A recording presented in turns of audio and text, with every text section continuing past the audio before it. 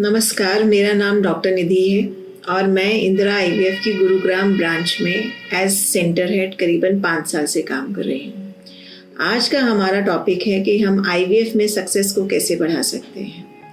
IVF का जो success होता है वो बहुत सारे फैक्टर्स पे डिपेंड करता है, जैसे कि जो कुछ पेशेंट रिलेटेड हो सकते हैं, कुछ सेंटर रिलेटेड होते हैं, आपका प्रोसीजर कैसे किया गया है, क्या क्या उसमें टेक्निक्स यूज़ की गई हैं, और लास्टली कि एम्ब्रो ट्रांसफ़र के बाद क्या क्या प्रिकॉशंस लेने हैं। तो हम सबके बारे में एक एक करके बात करेंगे। सबसे पहला है पेशेंट रिलेटेड क्या क्या फैक्टर्स हो सकते हैं। इसमें सबसे पहला आता है एज। तो यदि किसी कपल की एज कम है तो उनमें सक्सेस के चांसेस हमेशा ज़्यादा होते हैं।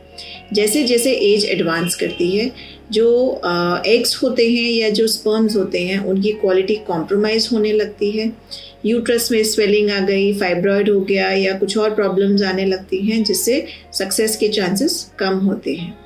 तो यदि आपको एक समय पे पता चल गया है कि आपको आईवीएफ की ज़रूरत है, तो और टाइम वेस्ट मत करिए और एक अच्छे आईवीएफ पे सेंटर पे जाकर कंसल्ट कीजिए ताकि आपके रिजल्ट्स अच्छे हो सकें। नेक्स्ट होता है लाइफस्टाइल। आजकल का जो हमारा लाइफस्टाइल है बिल्कुल सीडेंट्री है, स्ट्रेस बहुत ज़्यादा है। तो यदि आप कंसीव करना चाहते हैं या आईवीएफ पे जा रहे हैं तो बहुत ज़रूरी है कि फिज़िकल एक्टिविटी करें। तो चाहे आप योगा करें, वॉकिंग करें, जिम करें, पर किसी तरीके की भी फिज़िकल एक्टिविटी बहुत ज़रूरी है। ये हमारे जो स्ट्रेस फैक्टर्स होते हैं, स्ट्रेस हार्मोन्स को कम करते हैं और जो वेट गेन है उसको रेगुलराइज करते हैं, जिससे सक्सेस के चांसेस बेटर हो जाते हैं। हो सके तो मेडिटेशन करें, जिससे भी स्ट्रेस कम हो सकता है। नेक्स्ट आता है डाइट। तो ज़रूरी है कि एक बैलेंस डाइट लें। जो सीजनल फ्रूट्स आते हैं उन्हें लेना चाहिए, वेजिटेबल्स, प्रोटीन्स ज़्यादा से ज़्यादा मात्रा में लेना है। फास्ट फूड जो पिज़्ज़ा, बर्गर, कोल्ड ड्रिंक्स, इन सब चीज़ों को अवॉइड करना है। तो जितना हो सके प्रोटीन डाइट लेना है और जो भी ऐसे चीज़ें हैं, फैटी फूड्स हैं, उनको अवॉइड करना है ताकि वेट गेन ना हो। नेक्स्ट आता है स्मोकिंग। स्मोकिंग, अल्कोहल एक इम्पॉर्टेंट रोल प्ले करता है सक्सेस में। देखा है मैंने कि यदि कोई पेशेंट स्मोक करता है तो जो उसके स्पर्म्स की क्वालिटी है या एग्स की क्वालिटी है वो कॉम्प्रोमाइज़ होती है। स्पर्म्स में मोटिलिटी की प्रॉब्लम आने लगती है और जो ऑक्सीडेटिव डैमेज है वो काफ़ी बढ़ जाता है, जिससे आईवीएफ में भी एक अच्छे एम्ब्रियो तैयार करना काफ़ी मुश्किल हो जाता है और सक्सेस कॉम्प्रोमाइज़ होती है। तो जो पेशेंट्स भी स्मोकिंग करते हैं, अल्कोहल कंजम्पशन करते हैं या फिर तंबाकू, बीड़ी, गुटखा जैसी चीज़ों का सेवन करते हैं, तो जितना हो सके उसे अवॉइड करें ताकि एम्ब्रियो क्वालिटी कॉम्प्रोमाइज़ नहीं हो, मतलब एग्स और स्पर्म्स की क्वालिटी कॉम्प्रोमाइज़ नहीं हो और अच्छा भ्रूण बनेगा तो चांसेस कंसेप्शन के अच्छे रहेंगे।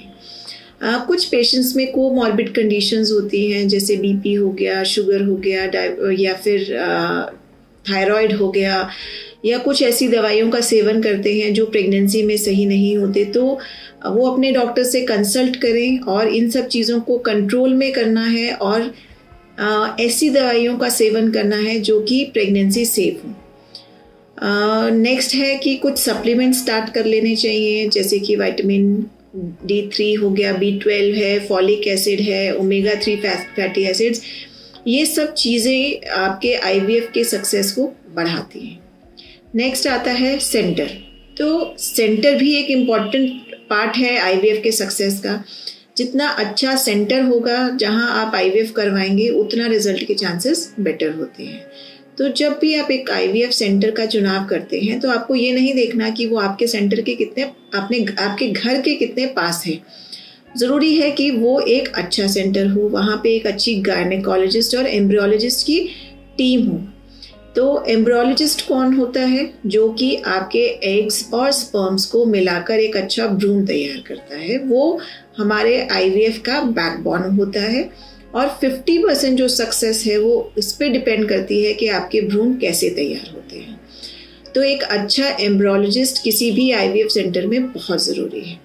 तो आपको एक ऐसे सेंटर का चुनाव करना है जहाँ पे एक अच्छे एक्सपीरियंस्ड गायनेकोलॉजिस्ट है और एक एक्सपीरियंस्ड एम्ब्रियोलॉजिस्ट की टीम है। अगर ऐसे सेंटर का चुनाव करते हैं, प्लस वहाँ पे टेक्नोलॉजीज़ कैसी अवेलेबल हैं, वहाँ पे जितनी भी लेटेस्ट टेक्नोलॉजीज़ अगर अवेलेबल हैं और अगर आपको उनकी ज़रूरत है तो आपको उनको दिया जा सके, तो ऐसे सेंटर को ही चूज़ करना है। नेक्स्ट आता है आपका जो IVF का प्रोसीजर है, उसमें हम क्या क्या ऐसी एडवांसमेंट्स हैं जो कर सकते हैं जिससे कि सक्सेस को बढ़ाया जा सकता है। तो विद टाइम देखा गया है कि यदि हम फ्रोज़न एम्ब्रियो ट्रांसफ़र करते हैं तो वहाँ जो सक्सेस है वो काफ़ी बढ़ जाता है। अब फ्रोज़न एम्ब्रियो ट्रांसफ़र क्या होता है? जब भी हम अंडों को शरीर से निकालकर स्पर्म्स के साथ मिलाते हैं तो भ्रूण तैयार होता है। इस भ्रूण को अगर जब बन जाता है तो इसको फ्रीज किया जाता है और नेक्स्ट साइकिल में अगले महीने पीरियड के बाद जब डाला जाता है तो उसे हम फ्रोज़न एम्ब्रियो ट्रांसफ़र कहते हैं। इससे जो आपकी सफलता है वो करीबन 15 से 20% ज़्यादा होती है बजाय कि फ्रेश एम्ब्रियो ट्रांसफ़र के। अगली एडवांसमेंट है ब्लास्टोसिस्ट कल्चर। तो ब्लास्टोसिस्ट यानी 5वें दिन का भ्रूण। जब भी हम अंडे और शुक्राणु को मिलाते हैं तो उसे एक 0 डे बोलते हैं और हम भ्रूण को 30वें दिन या 5वें दिन तक लैब में बड़ा करते हैं। 5वें दिन तक जो भ्रूण पहुंच पाते हैं वो सबसे स्वस्थ भ्रूण होते हैं और यदि हम उनको बच्चेदानी में ट्रांसफ़र करते हैं तो उसमें सक्सेस के चांसेस बेटर होते हैं। अगला है PGS। तो PGS क्या होता है? PGS यानी प्री इम्प्लांटेशन जेनेटिक स्क्रीनिंग। ये उन महिलाओं के लिए होता है जिन महिलाओं की उम्र 35 साल से ज़्यादा है और वो अपने अंडों से माँ बनना चाहती हैं। तो ऐसी महिलाओं में जब भ्रूण बनता है तो उसमें जेनेटिक एब्नॉर्मैलिटी होने के चांसेस हमेशा ज़्यादा रहते हैं। तो ऐसे भ्रूण को हम पहले से जेनेटिक टेस्टिंग करके ये चेक कर सकते हैं कि वो जेनेटिकली नॉर्मल एम्ब्रियोज हैं और फिर ही हम उन महिलाओं के अंदर यूट्रस में डालें ताकि प्रेगनेंसी के चांसेस बेटर हो जाए। PGS की जो टेक्निक होती है वो उन महिलाओं के लिए भी अच्छी रहती है जहाँ पर पहले कई बार IVF फेलियर हो चुका है या फिर मल्टीपल अबॉर्शंस की हिस्ट्री है। तो जो महिलाएं जिनकी उम्र 35 साल से ज़्यादा है या जिनकी मल्टीपल अबॉर्शंस की हिस्ट्री है, फैमिली हिस्ट्री है जहाँ पर कोई जेनेटिक डिजीज़ है या फिर पहले कई बार IVF फेल हो चुका है, वहाँ हम अगर PGS करके एम्ब्रियो ट्रांसफ़र करते हैं तो वहाँ भी सक्सेस के चांसेस काफ़ी बढ़ जाते हैं। अगला आता है यूट्रस। अगर किसी महिला की यूट्रस में कोई प्रॉब्लम है तो वहाँ भी सक्सेस के चांसेस कम हो जाते हैं। तो जब भी हम IVF स्टार्ट करते हैं तो हमें ये चेक करना होता है कि यूट्रस में कोई रसौली तो नहीं है, कोई सूजन तो नहीं है, उसकी परत कैसी है, ब्लड सप्लाई कैसी है। यदि इसमें कोई प्रॉब्लम है तो हमें उनको ट्रीटमेंट करना है और फिर ही आगे बढ़ना है जिससे रिजल्ट्स बेटर रहते हैं। यदि किसी महिला की जो परत है वो बहुत कमज़ोर है तो उसमें सक्सेस के चांसेस कम होते हैं। ऐसी कंडीशंस में एक टेक्निक होती है PRP यानी प्लेटलेट रिच प्लाज्मा। तो इसमें महिला का ही ब्लड लेकर उसमें से प्लेटलेट्स को सेपरेट कर लिया जाता है और उनको जब गर्भाशय में डाला जाता है तो उससे परत थोड़ी सी इम्प्रूव हो जाती है और उसकी रिसेप्टिविटी बढ़ जाती है, जिससे एम्ब्रियो के इम्प्लांटेशन के चांसेस बेटर हो जाते हैं और रिजल्ट बेटर होते हैं। तो आपको ऐसे सेंटर का चुनाव करना है जहाँ पर ये सब सुविधाएं अवेलेबल हैं। ऐसा नहीं बोल रही कि ये सब टेक्निक्स हर पेशेंट के लिए लागू होंगी, वो केस टू केस डिपेंड करता है, पर वो डॉक्टर डिसाइड करेगा कि आपको किस टेक्निक की ज़रूरत है।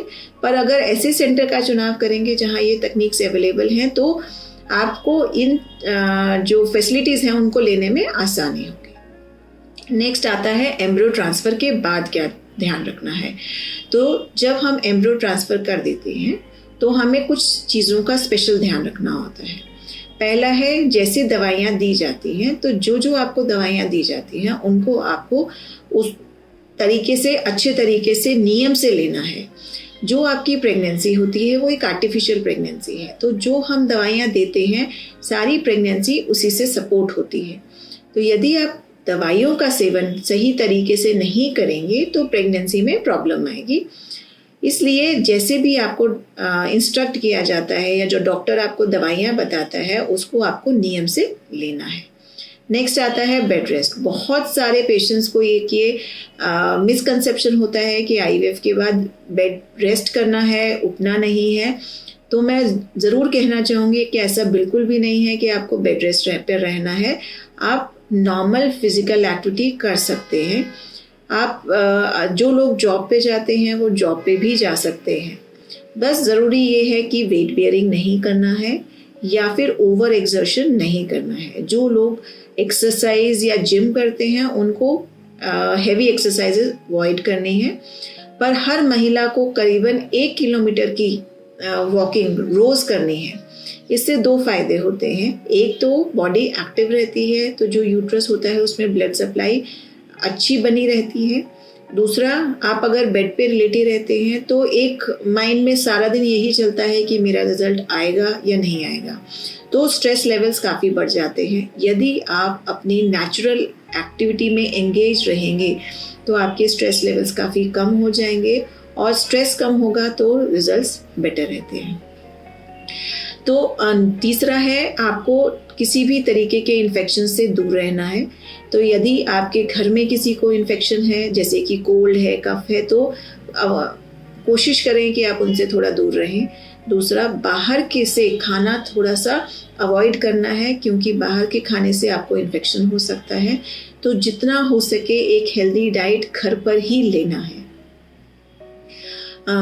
ये सब चीज़ों का अगर हम ध्यान रखते हैं तो ज़्यादातर केसेस में आईवीएफ सक्सेस हो जाता है। लेकिन ऐसा नहीं कि आईवीएफ का जो सक्सेस होता है 100% होता है। तो ऐसा हो सकता है कि किसी महिला को पहली बार में सक्सेस ना मिले। ऐसे पेशेंट को घबराना नहीं है, उनको डिप्रेस नहीं होना है। उनको अपने डॉक्टर से बात करनी चाहिए। उनको ये पूछना चाहिए कि क्या ऐसे कारण हो सकते हैं जिससे उनका रिजल्ट नहीं आ पाया, और ऐसा क्या नेक्स्ट हायर स्टेप्स कर सकते हैं, ऐसी क्या चीज़ें कर सकते हैं जिससे उनको सक्सेस मिले। सबसे इम्पॉर्टेंट मैं ये कहूँगी कि एक पॉजिटिव अप्रोच बहुत ज़रूरी है, कि जब भी आप एक आईवीएफ के लिए जाएं तो एक पॉजिटिव माइंडसेट के साथ जाएं कि आपका रिजल्ट आ जाएगा। अगर पहली बार में नहीं भी आएगा तो भी डरने की बात नहीं है, दोबारा कोशिश करनी है, और दोबारा कोशिश करेंगे तो ज़रूर सफलता मिलेगी। Thank you, all the best.